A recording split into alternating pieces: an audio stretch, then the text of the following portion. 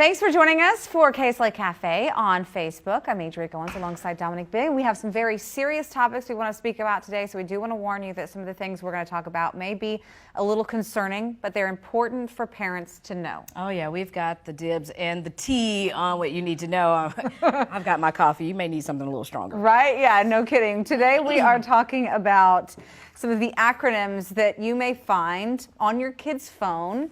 You have no idea what they mean, but they can mean some very serious things, not just from who they hang out with, but some of the things that they may be doing that you definitely would not approve of. We have young children, so I'm hoping this never comes to, or something at least for 5 or 6 years we don't have to worry about. If not, this better 20. not be on Sydney's phone or Griffin's phone.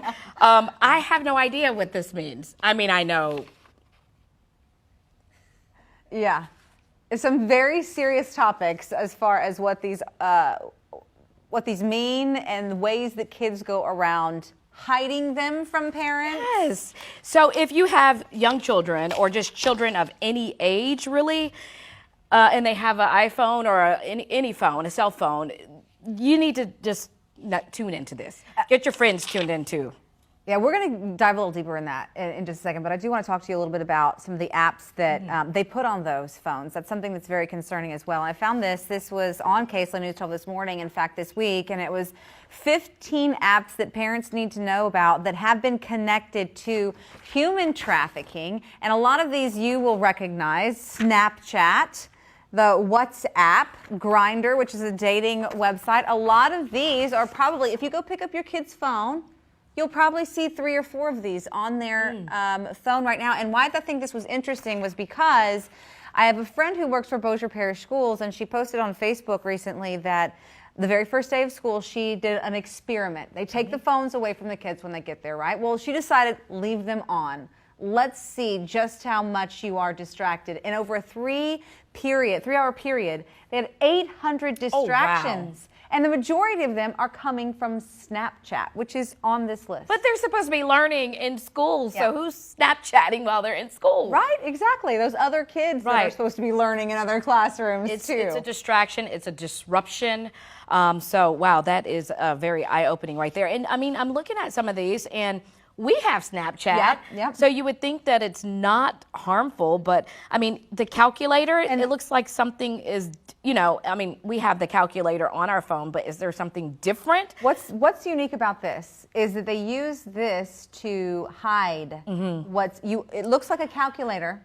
And the photos are hidden behind the calculator. When you open it up, there's all kinds of stuff that's hidden behind. Now, why would they need to do that? I know. Your kids should never be hiding anything from you, right? Wow. Oh, wow. And, you know, this is so important. A few years ago in Caddo Parish, there was a workshop that was done for grandparent, elderly people that were taking care of their grandchildren. And, you know, I mean, as the generation goes, I don't even know half of this. And so it's new to them too. Well, let's be honest, when we were younger, we didn't have cell phones. When I was growing up in middle school and in high school, cell phones were not around. I mean, they were, but they were like a big box that sat in the middle of the car. It was the bag that you had to take around. Or the big one that you fold with the antenna comes up here. And now it's connected to your hip. You can't go anywhere without your phone. I guess I'm not hip because all I know is LOL and ROFL, rolling on the floor laughing. I mean, I am just shocked at some of these. All of the G-rated ones. And they're up here too, so if you can kind of try to figure out what these acronyms are that the kids are using, if you see this on their phone, well, you're going to want to stay tuned because we're going to be going over most of those to see what they actually mean. Yeah. We do have a couple of guests with us this morning, and we're going to have our first one come over and hang out with us. Yeah, Dr. Barzana White. Yeah, with the Caddo School District. She's a psychologist, and she actually knows a little bit more. Thanks for joining us. Thank you, Dr. Thanks for having me. More about these, not necessarily these apps, but the apps on social media that kids are using these days. And You mentioned 3 or 4 of them, and I had never heard of any of them before. Well, most of the times when you're talking about apps, most of the current phones have the capability to hide within the phone. So in the olden times, Wait, what do you mean hide within the phone? Like, you can this actually is my create. phone. You can actually create folders. Oh, okay, okay. Whether it's an iPhone or an Android, Okay. and you can have a folder within a folder, and then you drag it down, and it actually makes some of your apps go away. Oh, wow. But there are other apps that are out there on the market, such as Poof, that you can purchase. Okay. And What is Poof? Poof is an app that hides all of your apps. So when a parent picks up a phone, they may not see anything. Well, does Poof cost? Because I know that when I download an app, I pay for it. And if a child is downloading that app and it costs $2.99 or whatever for the app, would that be the, Most of the apps that hide other apps do cost Okay. something, but it's very easy to pick up just looking over a parent's shoulder, their password, their passcode, and if it's connected automatically, like most things are with a credit card, you may not know that That they just purchased means it. the parent needs to be very diligent to check Absolutely. its, statements to make sure, oh, what are these? So that way they can ask some questions. You were talking about some challenges and things too. Explain those. I think probably one of the most scary things to me is all of the things that are on the internet. And of course, the internet is great for certain things, but if you have a smartphone, your child can pretty much access anything, whether it's drugs, alcohol, marijuana trends. There are some things that they can purchase over the internet. Wow. One of those products is called Palcohol, which is a powdered alcohol. Used to look like the lick and stick that you dipped in. And the candy, the fun candy. A lot of products these days also mimic products that are already on the market. So in states that have legalized marijuana, you might have, instead of Reese's, you'll have hashies. Or instead of Almond Joy, you'll have almonds. So the packaging is very similar. It's bright, it's colorful, and it's specifically designed to attract children. But if it is medicinal marijuana, shouldn't they have, are there any guidelines to buy this online, or they can just buy it? Or should you have a prescription, like we know that? You should. Okay. You should. You should. That's a key word. You should. That's only going to be as good as whoever's reputable, who's on the other end. And but you ask about some of the trends, and some of those are a little scary. Yeah, I want to know, if I was to pick up my son's phone and look at it, what apps should I be most concerned about? What things on his phone should I be worried about? Well, it's not only the apps, but it's what they're accessing via the internet, via YouTube, and just going in and typing on things. And a couple of those that have come out over the last couple of years, one of them is known as Blue Whale. And Blue Whale actually is a game that if you win it, the last step of the 50 challenges that they ask you to do is to kill yourself. Oh Can my you gosh. block this? I'm concerned. My child, she's on my phone, and I have downloadable games that are. And what kid doesn't love games? Right, but still, sometimes she will go on to kids' YouTube, and that's just as bad as YouTube sometimes. But I want to make sure that Blue Whale doesn't pop up or something, because we know that once you click something, everything related to it starts coming up on the side. Absolutely. And I would say, yes, for a lot of these things you can block, but children are a lot smarter than we are. As you mentioned, I grew up in that age of the bag phone in the car. Yeah. And so they can get around a lot of the things that we have that are designed actually to protect them. I feel like we need to go back to school just for social media. I know. It's scary because, we grew up in an era where we didn't have to think about those things. And now it's really the main focus of protecting our kids, because you have this whole new realm of things that are going on that you have to learn about. Whenever, it was back then, it was just don't take candy from strangers, don't get into cars with people you don't know. And now it's like, don't download this. Learning It's more so than scary. ABCs, huh? Right. Yes. Well, most people are familiar with trends like the Tide Pod trend or challenge, or the maybe some of them aren't familiar with the Salt and Ice challenge or the eraser burn challenge. What are they? We know of the the Tide Pod Challenge. Right, and I will tell you, some bakeries and some bars have actually expanded on that, and they're using they're not actually using Tide, but they're creating cakes that look like the Tide swabs, or they're creating drinks that are the color of the triple Tide pack that you get. When you think about the Salt and Ice Challenge, I know you're familiar because you did a story a couple of years ago on things like the Ice Bucket Challenge and some of those. It's one of those. Okay. What they ask students to do, or anybody to do, is to take salt and ice, and it's actually burning your skin. It's scarification of your skin. So a lot of times when they're first experimenting, it's minor, but it may go into some pretty major, either scarring of the arms, or even having a friend do that and putting that on a back or somewhere else. Oh, goodness. So that's one of them that's out there, unfortunately. Instead of the Ice Bucket Challenge, they now have the Scalding Water Challenge, which is resulting in 1st to 3rd degree burns. The game 72, which is kind of scary.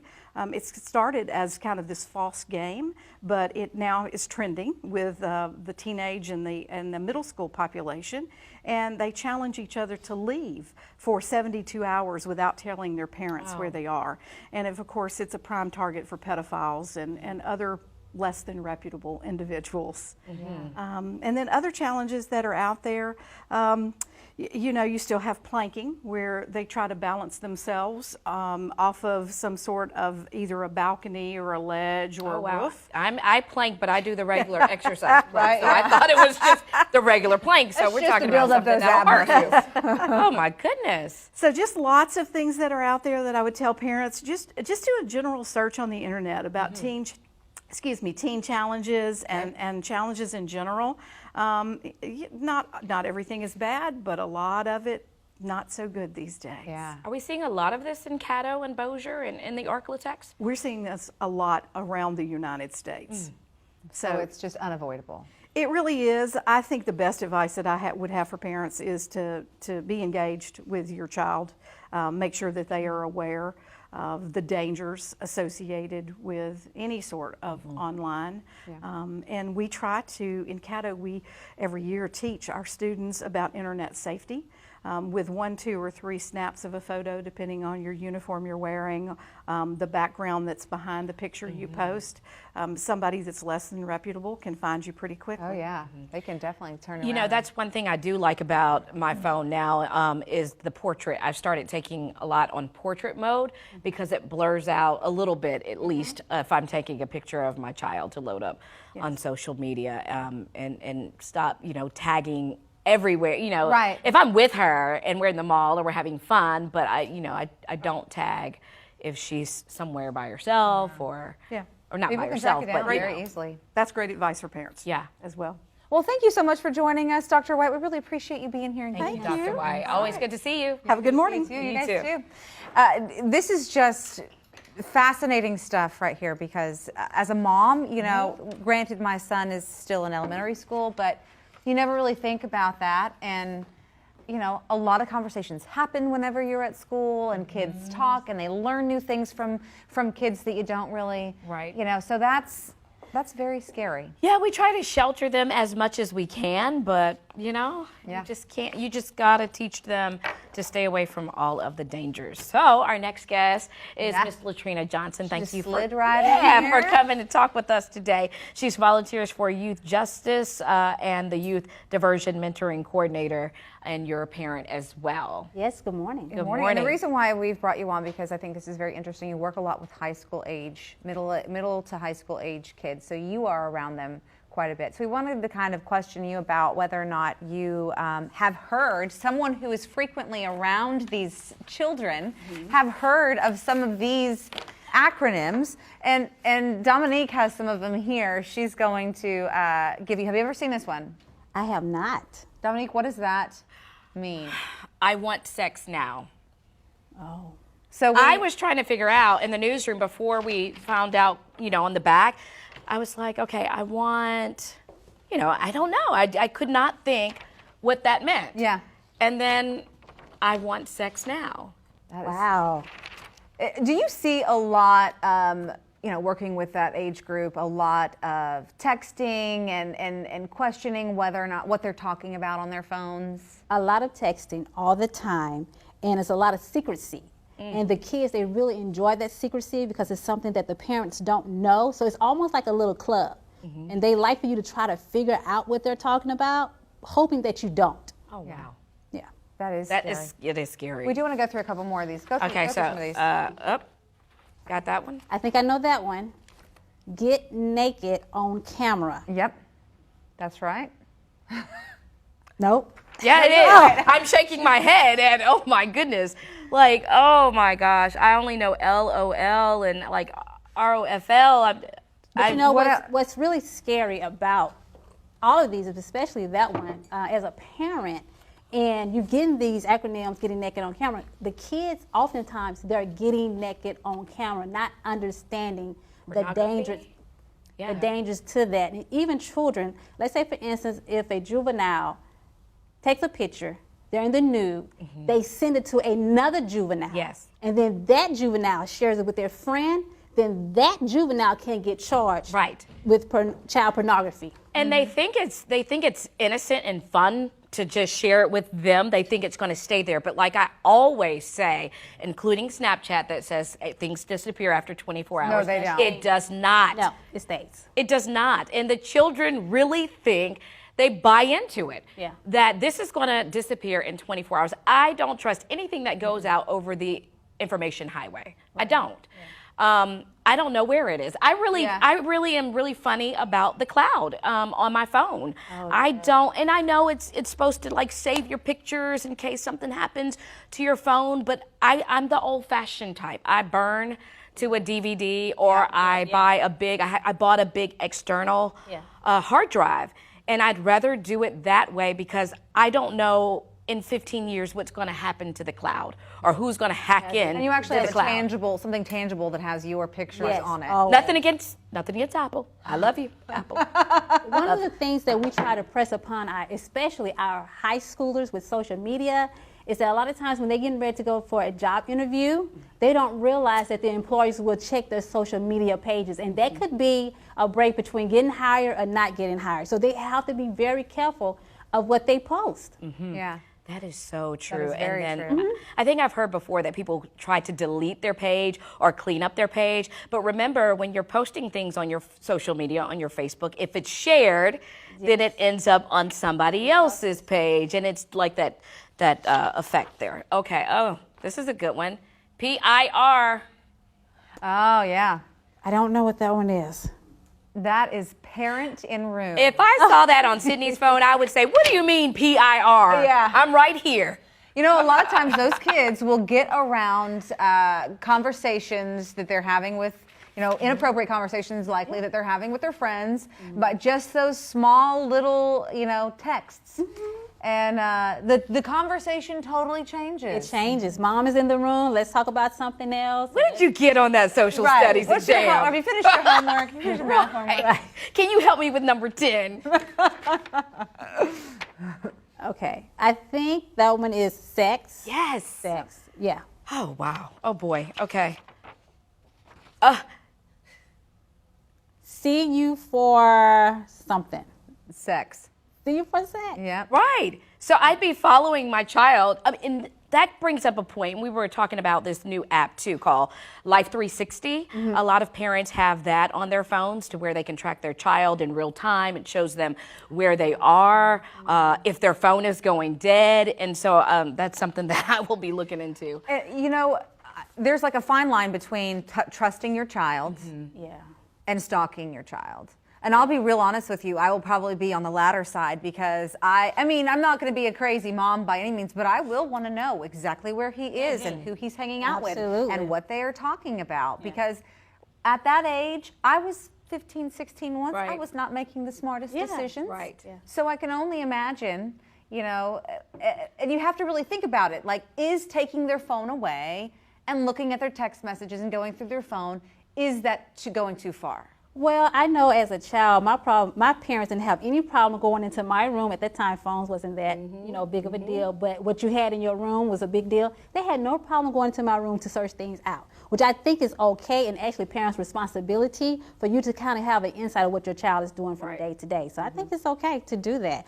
But I also think that parents should also exercise parental control on the electronic devices to kind of see what the kids are getting into. And some of the phone companies out there, the cellular phone companies, allow you to, tap into your child's phone, set it up. and you get the text messages. I'm just telling you that now. Yes. Just a little nugget. Little tea.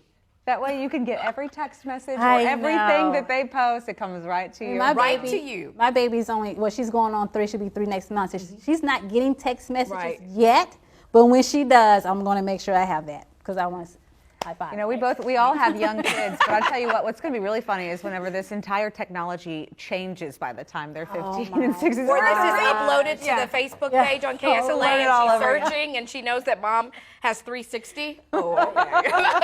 That's so fun. All right, okay, so let's go through a few more of these. Okay. I really wouldn't know what that is. I have no idea what that is. Parents are gone. 99 means parents are gone. So they did not get a 99 on the social studies test. That's what they're going to tell you. I'm just letting you know. All right, which other ones do we want to go Let's see. through here? Here we go. Okay, here. What about this one? You got I that haven't one? even looked at that one. Let me see. LMIRL. Let me in room. Close. Let's meet in real life.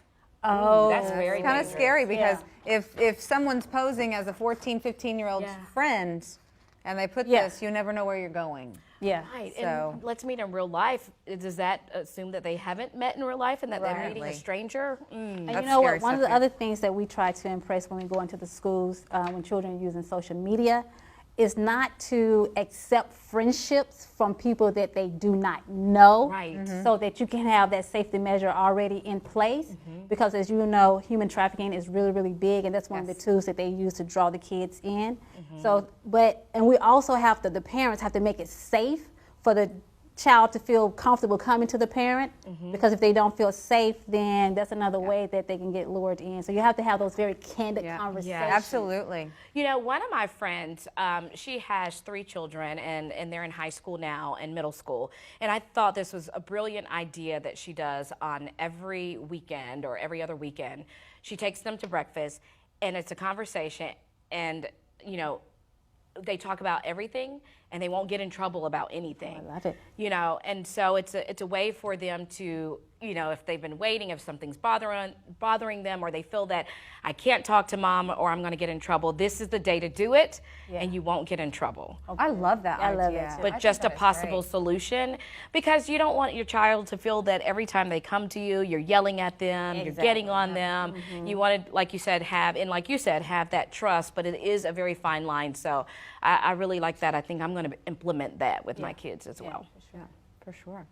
All right. Well, we sure do thank you for coming on. I know that we could sit here and go through every single one of these because there is a lot. There is, and you know what, before Latrina leaves, and because we did the acronyms, but believe it or not, the cute little emojis, I have to talk about this. Oh, yeah, The cute little emojis, okay? The peach, the apple, the eggplant, and the water, and all of that, yeah. When you see them on your child's phone, you can know they're probably talking about something inappropriate. When you see the and rain, not lunch. Yeah, no. When you see the rain, they are not talking about KSLA News 12's forecast. Right. Know that. If you see that on your child's phone, yeah. Yeah, and we tell you all this because we want to be mindful because parents, they're going back to school. These kids are going back to school. Yes. They're meeting new friends. Yes. People mom and dad have never met before. That's right. So this is going to be presented to them, and, and it's going to be a scary situation. So. And we know that other parents are on here watching, so please share any tips that you may have that have helped you with your children, and and keeping them safe. That's what this is all about: safety and security, and making sure that our children are safe, and that we're protecting them, and we're helping to protect them too here at KSLA News 12. All right, thank you. Thank you. We'll see you guys soon.